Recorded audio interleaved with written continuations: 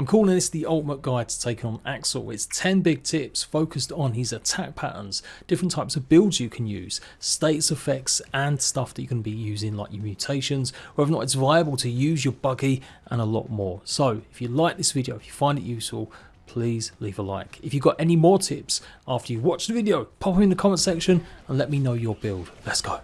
Tip 1, maybe don't rely on your tame to help you out throughout the whole fight. Unless you've eaten the meal that gives you the spider slider, the ability to go across webs, you're thinking, yeah, it's going to be slow progress without my orb weaver. And the orb weaver mount can have some uses, but I wouldn't necessarily utilise it to fight AXL.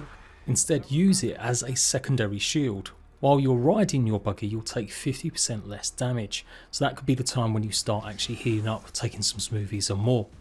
Of course, the main use of your buggy probably is going to be distraction while you try and wail on it, but this actually makes the fight a little bit tougher because he moves around a lot more to fight your buggy, meaning it's harder for you to get your hits in to get to his weak point phase. So possibly tell your buggy to stand back, go and do lots of damage to AXL. If things get a bit hairy and you need a breather, try and get on your buggy again just to help defend. As literally the damage you do with your buggy and all of your attacks, to be honest, are pretty minimal until you get into this point. The key to having an easier boss fight with AXL is making sure you get as much damage done on his weak point, and that means having to jump up and attack him as soon as you get the chance. So no room for being squeamish here, get on top of him. As soon as he lifts himself up from being stunned, that's your cue to jump and get away. In earlier testing, there was a bit of a cheese where you could stay pretty much permanently on top of his abdomen and just keep hitting him and then eventually get more damage on his weak point. He would try shaking you off, but you could jump it, or if you did take damage, you'd still be able to survive. Well, now he does 150 damage, which could absolutely kill you in one go if your health is even slightly low. So don't be greedy, go for that weak spot. The minute he starts shaking, go ahead and start dodging or jumping off. Learn his attacks. Yes, I know it's the probably most obvious thing, but he has got really set patterns, much more so I feel than some of the other bosses from Grounded 1. And this is what kind of makes him an actually easier boss fight once you learn them. In different fights like the Infected Broodmother in Grounded 1, he would often jump about so much and do different types of his attacks at different times. But with AXL they are very much more the same. In nearly all of his phases, one of the biggest things to look out for is the pounce with his talon. That can do some serious damage, and it does get stronger as the waves progress. Pretty much by the time you get to the 4th wave, he'll have venom attached to it. But he does do it really slowly, so it should be relatively easy to see. Now you can try blocking, but even if you perfect parry, you still take some damage. So the best thing to do is to learn to dodge. As soon as it starts to come down, start spamming that B button to get out of the way. The better you get at taking him on, putting him on mild maybe for your first boss fight, or go ahead and intentionally fail and just reload the save so you get used to this first phase. You don't want to dodge too far because it does sometimes give you an opportunity to attack his leg. Whether or not you're hitting his talons or his face, it will do the same amount of damage. He does have a 3-hit combo, which he can obviously go ahead and do, and that's something that you want to be able to parry. It's again quite slow moving. Once you get to stage 3, that's when it starts to speed up. And this is where perfect parrying can be a difference if you're good at it, because the more you perfect parry with the right kind of build, the more you stun him and the quicker you'll get him to the point where you'll be able to do lots more damage. He also has a basic bite. The bite and the combo attacks do 95 damage each. And if he jumps away sometimes, he can then do a little bit of extra stun damage to you, as well as giving you like 1 damage if he accidentally knocks you with one of his talons, not the actual pounce itself, but just literally running into one of them. Phase 2 begins with him usually burrowing into the ground. He'll then pop out usually on the other side, and this might be the time when he'll start throwing some of his hairs behind him. There's 2 ways of dealing with this. Either dodge a couple times to the side and you should just about be able to avoid it, or dodge through it. Now you have to do it really early. Don't try jumping, it has to be a dodge, and it's much earlier than you think to dodge or phase through the actual attacks. As soon as you start seeing the shadows of the needles hit your character, that's when you press the dodge button forward. The attack from the hairs themselves can cause up to 100 health damage, and then you get a 50 debuff or build up of venom as well. So I'll be talking about what you'll need in terms of healing and other items a bit later on, but obviously make sure you've got plenty of the antidote smoothies. You saw my health take a really big hit there, so if you're not at full health, then you are going to have problems in pretty much dying immediately. Especially on console, make sure you switch actually one of your D-pad buttons to auto-consume the first item in your hot pouch. If you didn't realise this, you can go in on Xbox and change, I usually have it as the left D-pad, which is normally the emote D-pad, which I don't ever use.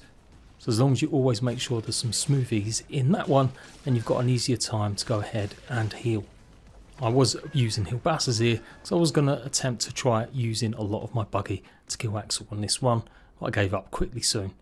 Anyway, back to phase 2. Once he loses around 25 to 27% of his health, that's when he actually begins it. He'll have the same attacks with the introduction of throwing the hairs, plus an additional attack after his 3-hit combo. And this is the one that's getting a lot of people. You just got to recognise which of the attacks it's going to be. He has this one where he fires both of his talons, and that has to be pretty much dodged, otherwise you'll just take a huge amount of damage. And the 4th one that he's got is actually more of just a bite with his actual mandibles. Now that can be perfect parried or blocked, and in doing so you will give him quite a big amount of stun. So that's what you got to look out for when he starts doing his 3-hit combo. That 4th hit is either going to be one of them 2 attacks. Both of them do the same amount of damage, 95, it's just a case of not being able to block necessarily the one with both talons hitting. Not without taking some damage at least anyway. He can still go ahead and use his other just 1 talon stomp, so that's something again you still need to contend with. And just when you think you might be able to kill him pretty soon, begins phase 3. He'll get really low in health, burrow into the ground, and then a bunch of caterpillars will spawn on the webs.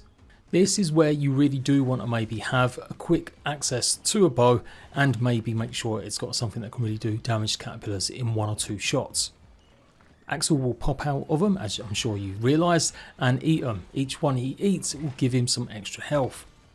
Each one will give him an extra 25 health. And once the caterpillars have been eaten or you've managed to kill them, you still need to look out and remember which one of the web hollows that he jumps out of. He doesn't appear out of every single one of the web holes, it's only for specific ones.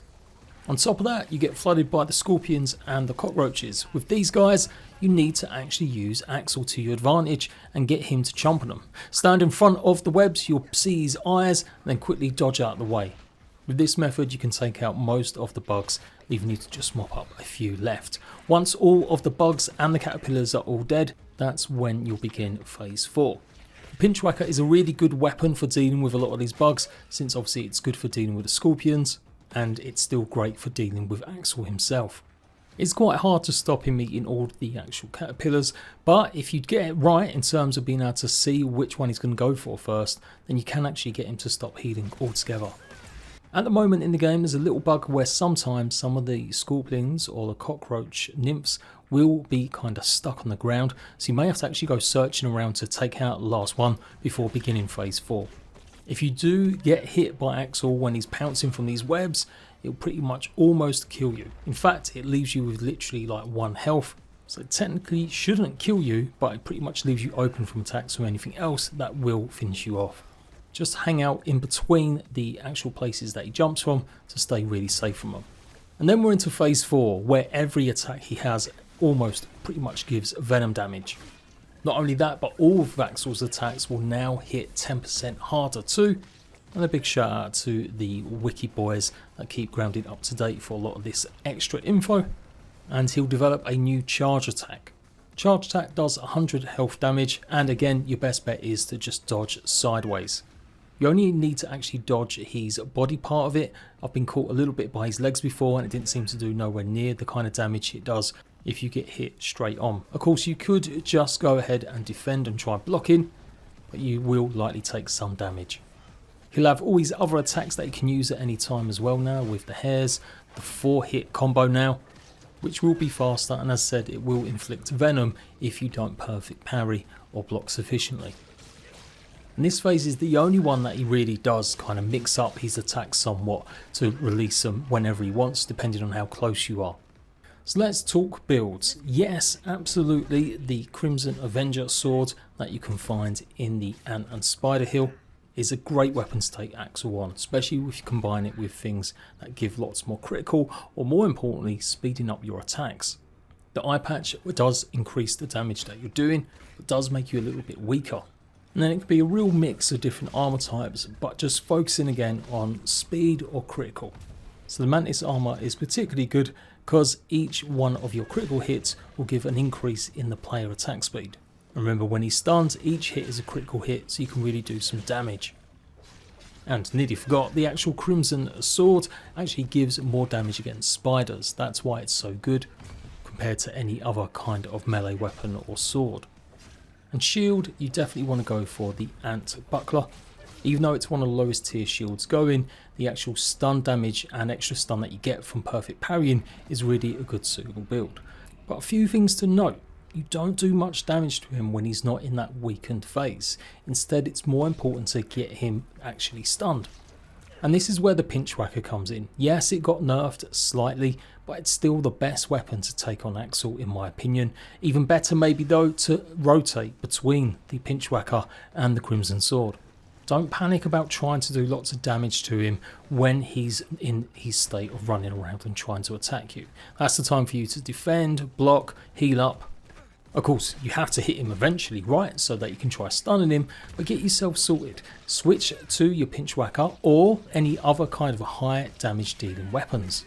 There's actually two caps that go with Axel. One is that you can't really do much more damage at certain phases until he starts going to the next phase. This is why I don't think necessarily all critical builds have to be the build that you use. Because I've had it happen to me a bunch of times fighting him now, where I literally couldn't do more damage to him even when I was hitting his weak spot because the cap was there. I'd have to wait until his next phase began. The second cap that you need to understand is the stun cap. He has 40-second cooldown before he can be stunned again. So knowing that, once you've stunned him, you've hit all his weak points, you can jump off, as said, heal, get back on your buggy to defend using that 50% reduction like I mentioned earlier, and then go in closer for more stun attacks. This really is a key to me for taking him on with a variety of different builds, not focused on just one. Snail armor I think is still one of the best arm sets to use, as you get plenty of buffs through blocking. It's a fighter armor so you take less damage anyway, and combine that with a two-handed club or the Pinch Whacker and a shield and you really have got something really great for stunning him and still being able to do a lot of damage when he's weak. Each piece of snail armor gives you 1 stun when you block. Axel's total stun meter at the moment is 100, so it might seem low, but with a lot of other combinations it will all add up. So every time you block Axel in the 3 or 4 hit combo, you're actually giving him back a whole bunch more stun. So perfect block all 3 of these combo hits and you're dealing back 9 stun. That's quite a lot, that's 10% going towards his ultimate stun meter. This is why the Axel fight does kind of favour a lot of close-up melee builds, even despite his size. So the more times you can get him to use his combo and block effectively, the quicker you can stun him when using this build. The set bonus that you get from Snail Armor maybe isn't as good, but if you can learn how to use it effectively, it can still be okay. It's called Retaliation. Every time you block a hit, your next charged melee will do a shockwave damage. What it really means is you're dealing 30 smashing damage and 10 stun. Block 5 times in a row without taking any hits or leaving combat, and it builds up even more damage and increases the charging speed of your melee held attack, so that when you eventually do release it, you'll be doing a lot more damage than you would normally. So it can take a while to get used to using this, where your instinct is to just keep hitting as much as you can. But combining this with Snail Armor's natural ability to give more stun, and you can really make Axel get into his stun phase a lot quicker, just bearing in mind that 40-second cooldown. So in short, the Ant Club or the Pinch Whacker is probably your best bet in terms of weapons to deal with Axel if you really want to go for the highest stun, or maybe even the Northern Shredders. Northern Shredders give 5 stun with each hit, Pinch Whacker gives 7 with each hit, and a two-handed Ant Club gives 9. Not mentioning the actual Roach Club, well, the Pinch Whacker is obviously the closest thing to it, as they're both one-handed clubs, but with the Pinch Whacker's additional 3rd hit combo attack, it's much more powerful than the Roach Club, except for throwing, something I'm going to be trying out in future. You can actually get thrown stun damage of 50 as well as thrown damage of 50 using the Roach Club, So in theory, 2 thrown hits at AXL should stun him. Pinch Whacker, it's only 25 thrown stun damage when you use it that way. The Crimson Buckler, the Ant Shield, does do 16 actual stabbing damage each time you perfect parry. AXL is 50% resistant against stabbing damage, so it does reduce it somewhat, but even a 3 hit perfect blocking combo is still going to give you 24 extra damage against him, instead of 48 if he didn't have any resistance to stabbing. And each block does give 2 stun back, so it is the best shield to use if you are going to be perfect parrying. Anyway, I've listed off a bunch of stats there that might get a little bit boring, but that's the simple answer. High stun and high damage for his weak point, that is the key to success. You still obviously need to rely on doing damage to him as well as stun to obviously get him to the point where he'll go to his next phase, otherwise you simply just won't be able to do much damage even if he was in another stun phase. So is using AXL's own gear against him a good idea? Maybe. The piece bonus for each one of the Stalker set does give increased critical hit chance, with the vest giving 7% and the head and the greaves only giving 4%. Each, that is. So when you calculate it all up, that's 15%. However, the actual full armor set bonus is kind of lackluster for this particular fight because it relies on doing lots of venom damage between you and your buggy, which is pretty useless against AXL. I'll talk more about the pheromone shot mutation a bit later, but again, for similar reasons, it's probably not that great. You do get charged shots and they can cause your buggy to do more critical damage, but yeah, I still feel like some of this build set just isn't that good. For AXL at least. Obviously the AXL Talon, the spear, isn't great either because AXL's resistant against stabbing and AXL's resistant against, yes, venom, you guessed it. The only flip side is that it does do 5 stun and it is fast moving. The bow itself does 15% more damage with all charge attacks, but doesn't have any kind of bonus to the bow itself. So all the other bows have a damage multiplier that increases a little bit of damage for each shot you use, no matter what kind of arrow. So if you are going to use this bow, you've got to use the charge shot function, and yeah, make sure obviously you're using plenty of the great arrows but not the venom ones. I'm going to do another video showing pretty much every build that you could conceive of and show you which one's most effective for sure, or just how it suits you, because no matter how much I tell you something's the best, if that's not your playstyle, then it's not going to do much good for you, is it? But in terms of purely taking him out, then for sure, the man armor set with something like the actual eye patch and the crimson sword, mixing it with the pinch whacker is probably the best. Close, very close second, in fact my favourite is the snail armour with the pinch whacker and shield.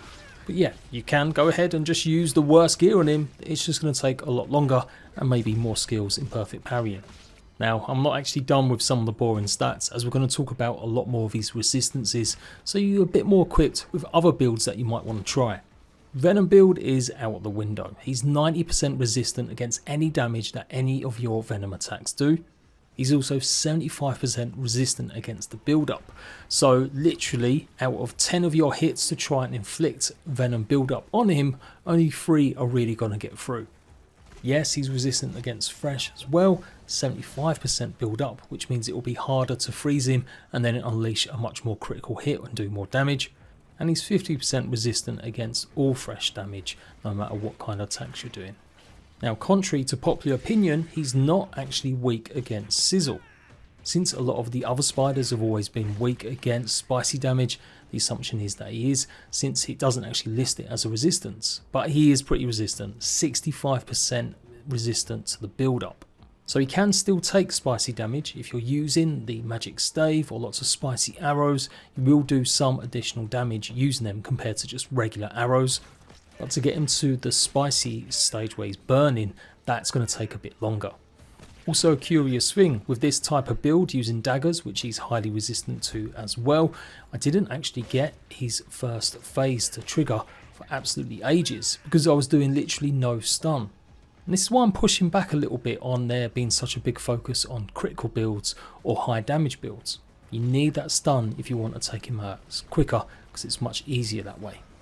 And shout out to sickles, they're obviously a viable option, but you're just not going to get much joy from the fresh damage they get. And they obviously don't do stabbing damage like daggers, they do obviously slashing. And whatever you do, don't combine them with wolf spider armor. And yes, if you're going to try a mage build, as shown off here when I was doing it with my rat bags, the spicy damage from some of the shots can indeed cause that spicy build up. But with the blocking and the low level that stun damage you get from using staves, it's probably not the best. I would say stick with actually a ranger build if you really want to use something from distance. Let's talk about prep, starting with the basics of actually getting to Axel's arena with a little tip about building, and then items. Did you know you can actually build a little pathway? So if you're going to be farming Axel a lot and you don't want to keep eating lots of meals like the spider sliders to walk over if you're not going to be using your buggy, or you simply just fancy the idea of having a road going across, you can absolutely lay foundation pieces. This might get buffed in the future, but you never know. For ranger builds, you could absolutely build into the arena, build yourself a massive tower and just rain down on him with arrows as long as you've got a good few hundred. One thing you can't do is place any of the trophies or the stuffed things that will give you some bonuses. So if you have killed him a couple times, and the right idea is that you should make at least either the trophy to do more damage against him, which should increase it by about 15-20%. I still think it's better going for the stuffed talon, because that way you get guaranteed more drop items from Axel. Remember, these buffs only last 15 minutes, so you can't build them directly in the tunnel, but you can build them straight outside. Unless you're going full ranger, then you might not need to craft as many bandages as you think, because every accidental tiny hit he does with his legs does stop that healing effect from taking place from bandages. So it's not really worth necessarily crafting a overabundance, and depending how you look at it, if you use the most basic bandages, well, it's no big deal. If you stop getting healed, you can just use another one. If you use the most expensive bandages, then it's got a greater chance of healing you a bit more before you accidentally get tagged. When it comes to arrows, I was contemplating trying some stuff with the disruptor arrows. Yes, they're not an orc creature, but they are relatively easy to make. Like me, if you've got a whole bunch of the orc receivers just lying around doing nothing. Most arrows only give 1 or 2 stun with every shot. According to the wiki, and let's see if it's outdated, there is 5 stun that you get using the disruptor arrows on some of its pages at least. Bear in mind, if you want to get Axel really stunned, yeah, it's going to cost you a lot of arrows. And if you are going to use arrows, then for sure use spicy ones. Yes, there is a resistance to spicy somewhat, but not as much as fresh, and certainly not as much as venom. With just regular feather arrows, you do get that extra critical hit chance with them, but with spicy arrows, every hit is meant to build up the spicy by 20. With the resistance, it's probably only about 7 or 8 that you're actually going to get, but it's still not bad if you are trying to just do more damage overall. So what trinkets do you use? Well, again, it has to be stuff that gives you more stun. So I experimented with the volatile capacitator because even though it's meant to be good for just all creatures, it actually still has 2 extra buffs. It does 15 chopping damage to all creatures plus 25 shock damage. And shock damage, I do believe, just translates as extra stun. For ranger builds, of course, fancy fletching.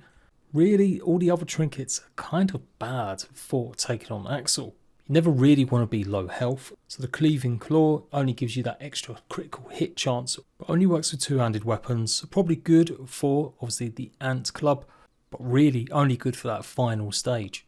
So you can see why I'm just not enamored with anything. You can use some of the candy trinkets, but as we would know, venom's not going to be great for you. Spicy isn't that good either, nor is fresh. I did use Final Blast Wave thinking it would be more weak to spicy, but given now what I know from looking at the wiki, it's probably not that great. So I'd actually pretty much go for Astonishing Acid, as the hit from a 3rd hit combo is going to give you a 10% damage increase. It's small, but at least it's definitely guaranteed to do something that doesn't have any resistances, and especially good for weak point damage. Or yeah, go with the volatile capacitator if you really are going for a melee stun build.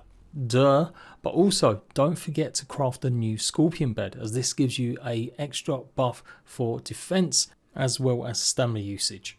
Right, let's talk meals and some of the other status effects that you can add to your build with smoothies and mutations. Lavagna is going to give you extra attack damage. Muscargo I quite like because it's going to give you extra block or stamina reduction while blocking. Scorpion skewers will give you venom damage reduction by 25%, but since you don't really get venomized unless you get caught by some of the hairs or until phase 4, I'm not too sure it's worth it, as much as you think. Maybe actually hitting the meal then as phase 4 begins could be your best bet. If you are going for that ranger build, then Mac and B's is going to be good, giving you an extra 5% critical hit chance. And then Might Loaf is something that may be a bit underrated. It will reduce the amount of stamina you're using by 10%, obviously while blocking. But yeah, there's probably other meals better. So when it comes to Scorpidotes, there's no point in using any sticky versions. It does increase the amount of resistance you've got for longer, but you often need that cure straight away, so you might as well just craft regular ones. Or if you've got lots of chocolate chunks, go for the hearty versions. Liquid Rage is going to increase the attack damage you do by 10%, but bearing in mind I said about the cap with attack damage, I personally think you're better off focusing on healing items or giving you more resistances. If you've got the resources, don't forget, of course, all of these smoothies can be drunk at the same time and they'll still give you all the same buffs, whereas obviously you only get the one food buff until you eat another one and then that replaces it.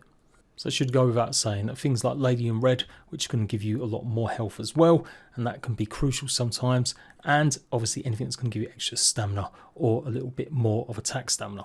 So Boost Juice and Green Machine. Hedgelord's okay, but because it's slow moving, I really feel like you're better off just focusing on some of the other healing potions. I mean smoothies. And almost universally, you want to have Parry Master Mutation, Smash Mutation for using the Pinch Whacker or the Two-Handed Club, Blade Master if you're using the Crimson Blade. I usually go for Cardio Fan and either toss up between Mithridism or actually Natural Explorer, just give me a bit more speed to dodge out of the way of stuff. And there we go, pretty epic long video, but hopefully this will give you all the tools you need to succeed in taking on AXL, whether it's solo or maybe easier with friends for sure. He does gain extra health and will do more damage when there's more of you, but it's definitely a lot easier to take him on with friends. Look out for my specific build videos, taking a look at all different types of builds and weapons and whether or not they could be a secret alternative, and I'll see you at back some more soon.